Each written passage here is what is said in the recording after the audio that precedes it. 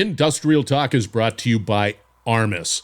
Yes, you are in the digital transformation game. Yes, you need to find trusted companies, trusted individuals to help you along with that journey. The Armis platform delivers complete asset intelligence. You know what that means? Insights into your connected assets. You're in the digital transformation game, you have to have that insights into what is connected. Go to armis.com, find out more. You will not be disappointed. Also, AI Dash. AI Dash is on a mission to create a greener, cleaner, safer planet from space. AI Dash helps core industries become more resilient, efficient, and sustainable through the power of satellites and AI.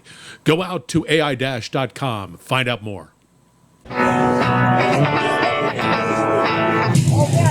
Welcome to the Industrial Talk Podcast with Scott McKenzie. Scott is a passionate industry professional dedicated to transferring cutting-edge, industry-focused innovations and trends while highlighting the men and women who keep the world moving. So put on your hard hat, grab your work boots, and let's go. All right, once again, welcome to Industrial Talk, the #1 industrial-related podcast in the universe. And Kelly, that's backed up by data, so don't even begin to say, Scott, that's a bunch of baloney. It's data. I don't trust you. It's data. Doggone it. It's all data analytics. And we are broadcasting live from the DistribuTECH. Dallas is the town. DistribuTECH 22. Great venue. Incredible people. Solving problems, of course, and making our lives better. That's why we celebrate you on this ever-expanding industrial ecosystem of problem solvers. That's right. Kelly is in the hot seat. G&W Electric is the company. We're going to be talking about distribution automation. So let's get cracking. Sounds good. It does, doesn't it? Yeah. I like it. I like it a lot. You having a good conference? It's been good. Yeah, very busy. Pretty cool. Yeah. Lots to see. Lots to learn. It never stops. So we've been out, for two years or so, 2 years-ish? Yes. And the innovation just keeps on going and going, and and then people change. And one of the things I've been asking a lot of people that I've been talking to, so these people that you connected with virtually, was it a unique experience saying, hey, you look at that? I only know you virtually. Yes. Actually, I had to give a hug to a guy yesterday because it was the first time I've seen him in 2 years, and we've had Zoom calls. He lives in Singapore, and he was here in person. No way. I was so excited. Isn't that weird? That's so funny. It's just like I have the same thing. I saw some people walking by. Hey.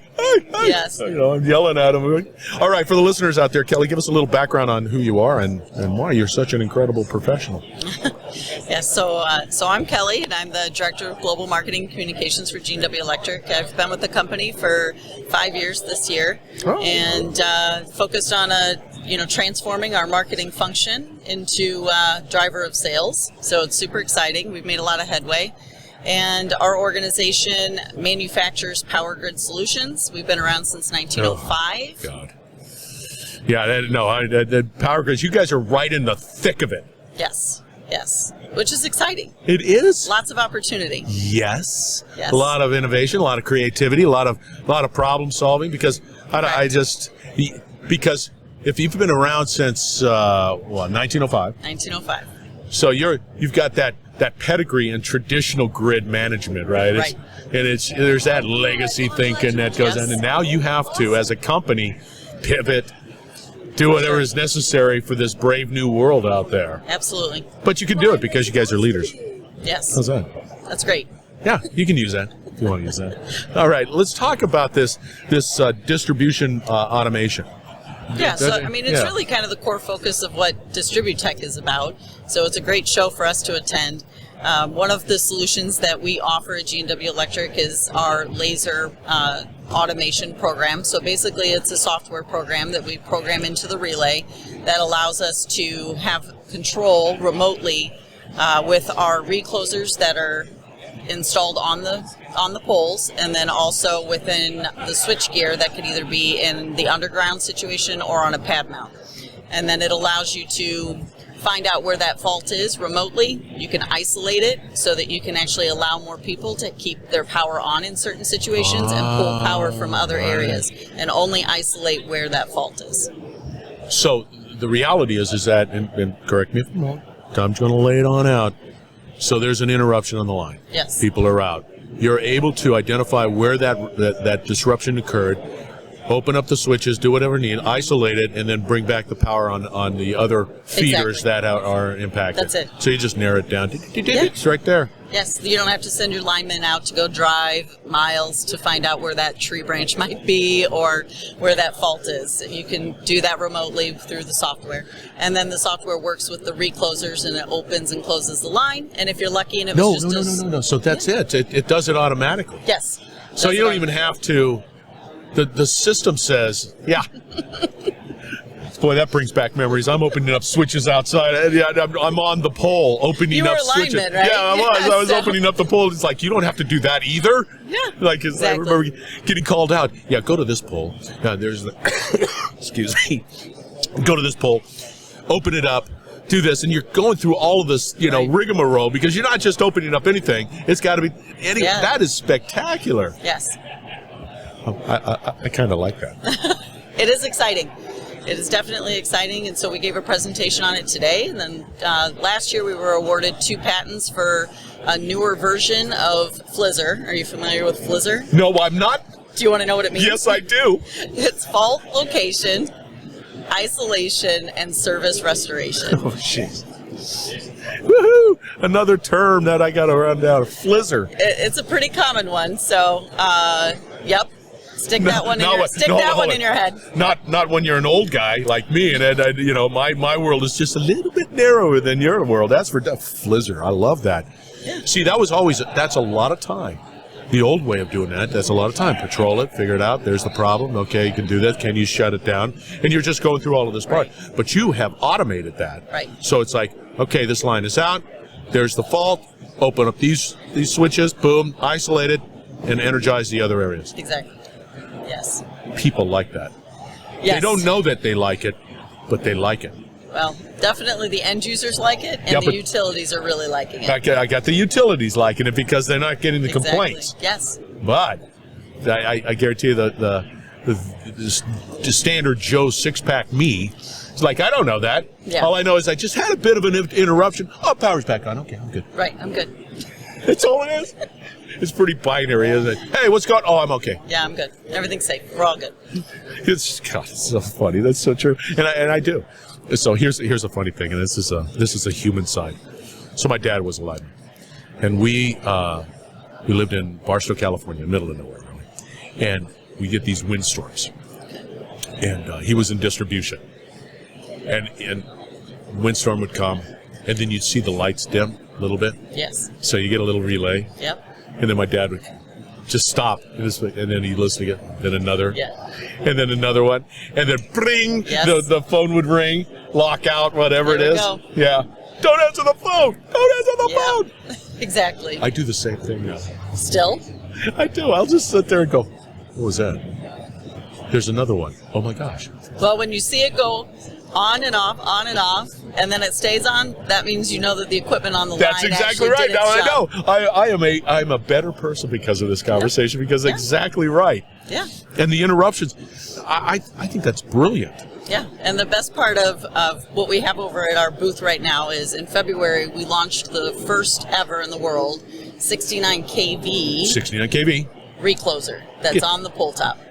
Shut the that front works door. With our automation software program and allows you this functionality now at a substation level, and you don't have to build your circuit breakers, your substations, and have a lot of maintenance with that equipment. Now you've got your medium voltage technology up on the pole at the 69 kV level.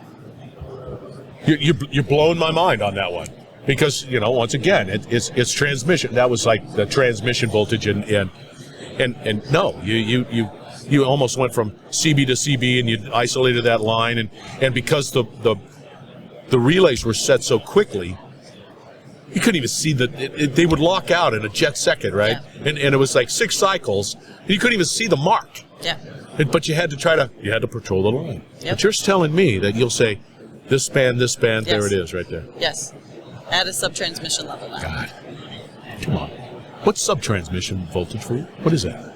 Well, the equipment that we have is up to 72 kV. Okay, good. Yep. Do you call that sub? Subtransmission. Oh, very good. Yeah.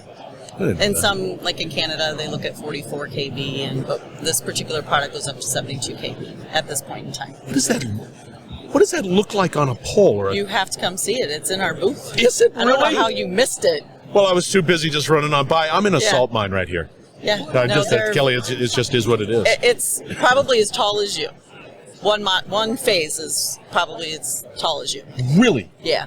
And you stick it on a tower. You have to stick it on some steel structure. You're not sticking it on wood. No, it's not on wood. No, they're cement full structure poles. Yeah. Yeah, I got to run over there. Yeah, we installed our first ones out in the Northeast with a utility last fall. Wow. That's cool. And I'm sorry for coughing just because I've been talking forever and it just tickles and I'm not going to sit there and cough in my mic. I'm making him smile too much. That's what it is. It is. You're making me giggle and I get all giddy about this whole conversation. It's like, I've been there, done that. I can't believe it. Yeah. No, this is insane. So if you think about all the transmission lines that we have and our antiquated system that we have, now we have better ability to isolate at certain parts so that you can keep more end users, more distribution lines running power. And you know what's interesting? I don't think the end user, the customer, realizes how brilliant that is. Because they don't. It's just one of those things. Like, they just don't. Yeah. They take it for granted. Yeah, well, and it's new. So, the technology's not new, right? Right, so no. Our medium voltage recloser, it's based off of the same technology, same functionality. It's not new. The technology's not new, but it is new at that level. And so you have a new customer base. You've got your transmission customers now that we get to educate and teach them and get them excited about it. God, I'm telling you, man, I constantly think of the time when I'm out on a pole, I'm opening that switch, right? I'm on it, and we were always concerned about the whip, right? You get the whip, and then you pull it, and then you just got to pull it down fast, and you just hope it doesn't just arc. There were a couple times when we just arc. Oh my gosh, what do we do? Shut it! You scream and grumble, and that doesn't happen. Yep, helps from a safety perspective. Safety, definitely. big time. Yes, and less maintenance. Yes. Everything. Yeah. Yes. This is a brave new world. It's exciting. It is. So, tell me some new stuff that's coming down the turnpike that you guys are doing. Well, so the Viper HV that we just talked about, so that's the 69 kV recloser that we just launched. That's cool. And we acquired a company out of Italy in 2019 that manufactures high accuracy sensors. So we've got current and voltage sensors that are indoor and outdoor that can be integrated into your switchgear that will help you also from a visibility around what's happening within your current and your voltage within the system and help you to make some adjustments so you can get smarter about how you're running your lines. And then probably more exciting, or another exciting topic for us is that we're building our own microgrid on our corporate headquarters campus right now. And so we're super excited about that. Well, you got the tools, you can do that. You got the gear. We do. We have the gear. Obviously, you need to partner with some other corporations or other companies. We've got solar. We have flow batteries that we've installed, a flywheel that we've installed. Did you really install a flywheel? Yeah. I want to go there. Can I go there? You absolutely can. We will be hopefully doing a nice media event to bring them in and come get a tour of it. And see our control center. Come on. That'll be later this year. I want it. Where do you guys call home? Where's that microgrid going to be? So it's in Bolingbrook, Illinois, just a south suburb of Chicago. I was just up there. Mm-hmm. Okay, we're going to make that happen. Yes. But we have to make it happen. This was a great conversation.